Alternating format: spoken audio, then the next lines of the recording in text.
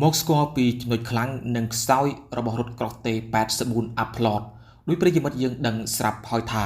សត្រូវរបស់យើងគឺថៃមានរថក្រោះដ៏ទំនើបមួយនេះហើយថៃក៏បានបញ្ជូនវាមកឈរជើងក្បែរព្រំដែនខ្មែរយើងតែមិនចេញប្រយុទ្ធនោះទេគឺថៃប្រើត្រឹមតែរថក្រោះ M48 និង M60 ចូលប្រយុទ្ធប៉ុណ្ណោះហើយអ្វីថៃមិនប្រើប្រាស់វាដូច្នេះវាមានមូលហេតុជាច្រើនហើយសូម្បីតែអ៊ុយក្រែនខ្លួនឯងក៏មិនប្រើប្រាស់វាប្រយុទ្ធនឹងរុស្ស៊ីដែរសង្គ្រាមរវាងអ៊ុយក្រែននិងរុស្ស៊ីប្រទេសទាំងពីរបានប្រើប្រាស់នៅសព្វាវុធទំនើបជាច្រើនក្នុងការប្រយុទ្ធរួមទាំងសព្វាវុធដែលសហរដ្ឋអាមេរិកនិងសម្ព័ន្ធមិត្តបានផ្ដល់ឲ្យដូចជារថក្រោះ M1A5 និង Leopard 2A5 របស់អាល្លឺម៉ង់ដែលសុទ្ធសឹងតែជាកម្ពុជារថក្រោះខ្លាំងជាងគេហើយរថក្រោះតេ84 Upload ក៏ស្ថិតក្នុងចំណោមរថក្រោះខ្លាំងបំផុតទាំង10ផងដែរមុននឹងយើងនិយាយដល់ហេតុផលមួយចំនួនដែលគេមិនប្រើប្រាស់វាក្នុងសង្គ្រាមខ្ញុំសូមលើកយកសមត្ថភាពរបស់វាមកបកស្រាយជាមុនសិនតេ84 Upload គឺជារថក្រោះដ៏ទំនើបបំផុតរបស់អ៊ុយក្រែនវាត្រូវបានប្រើប្រាស់ក្នុងឆ្នាំ1999មានទម្ងន់48តោនបណ្ដោយប្រវែង 9.72 ម៉ែត្របណ្ដោយនេះគឺស្របទាំងកាំភ្លើងធំផងដែរមានទទឹង 3.56 ម៉ែត្រកម្ពស់ 2.285 ម៉ែត្រប្រើប្រាស់ម៉ាស៊ីនដែលមានកម្លាំង 1200 សេសរត់ក្នុងល្បឿន 65 គីឡូម៉ែត្រទៅ 70 គីឡូម៉ែត្រក្នុងរយៈពេល 1 ម៉ោងចម្ងាយដែលវាអាចទៅដល់នោះគឺ 540 គីឡូម៉ែត្រកាំភ្លើងធំកាណុង 125 មីលីម៉ែត្របាញ់បានចម្ងាយ 2 គីឡូម៉ែត្រទៅ 3 គីឡូម៉ែត្រនៅពេលថ្ងៃនិងពេលយប់វិញបាញ់បានចម្ងាយ 2000 ម៉ែត្រទៅ 2500 ម៉ែត្រដែលមានសមត្ថភាពបាញ់ទម្លុះបន្ទះដែករថក្រោះសត្រូវជម្រៅ 590 ទៅ 630 មីលីម៉ែត្រក្នុងចម្ងាយ 2 គីឡូម៉ែត្រនិងនៅត្រង់ដំបូលរបស់វាមានបំពាក់កាំភ្លើងយន្ត 7.62 មីលីម៉ែត្រមួយដើមមានគ្រាប់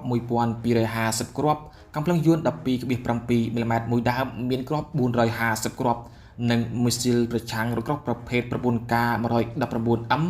ដែលក្រុម NATO ហៅវាថា AT-11 Sniper B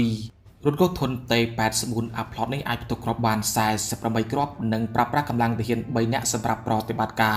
ដោយទូខ្លួនរបស់វាស្របទៅដោយបន្ទះដែកថែប Contact Fire ដែលការពារពីការវាយប្រហារដោយគ្រាប់មីស៊ីលប្រឆាំងរថក្រោះនិងបំពាក់ទៅដោយប្រព័ន្ធពលគីភ័យដោយស្វ័យប្រវត្តិប្រព័ន្ធច្រកគ្រាប់និងមធ្យោបាយដោយស្វ័យប្រវត្តិប្រព័ន្ធការពារ NBC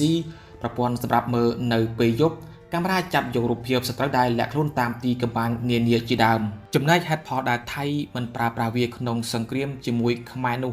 ដោយយោងតាមប្រភពពី The National Interest ដែលជាទស្សនាវដ្តីដ៏ធំមួយធ្វើការវិភាគសិក្សាពីសមត្ថភាពសព្វាវុធរបស់សហរដ្ឋអាមេរិកបានបរិយាយថារថក្រោះតេ84 Upload មាននៅបញ្ហាជាច្រើនដូចជាប្រព័ន្ធច្រកគ្រាប់ដោយស្វ័យប្រវត្តិនិងមានចំណុចខ្វះខាតមិនទាន់ដំណើរការល្អបានត្រឹមត្រូវនោះទេបញ្ហាទី2គឺត្រង់កាណុងកាំភ្លើងធំរបស់វា 125 មីលីម៉ែត្រនៅពេលវាបាញ់ចម្ងាយលើសពី 1 គីឡូម៉ែត្រគឺបាញ់មិនចំគោលដៅល្អនោះទេដោយសារតែប្រព័ន្ធទប់លំនឹងមានបញ្ហានិងពេលបាញ់បានចាប់ពី16គ្រាប់វាចាប់ផ្ដើមឡើងកម្ដៅធ្វើឲ្យគាំងបាញ់បន្តទៀតលែងកើតនិងល្បឿនបត់បែនរយៈថយក្រោយនិងបបិលជុំរបស់វានៅមានភាពយឺតយ៉ាវមិនរហ័សរហួនដូចរថក្រោះពុកលោកខាងលិចនោះទេមុនពេលផ្ទុះសង្គ្រាមរុស្ស៊ីអ៊ុយក្រែនប្រកាសថានឹងយករថក្រោះនេះមកកែលមកឡើងវិញប៉ុន្តែវាក៏ខកខានទី3គឺកត្តាភូមិសាស្ត្ររថក្រោះតេ84 Upload អាចប្រយុទ្ធបានតែវាទំនាបខ្ពង់រាបឬក៏តំបន់ព្រៃភ្នំវិញគឺមិនអំណោយផលនោះទេវាពិបាកបត់បែននិងបំលាស់ទី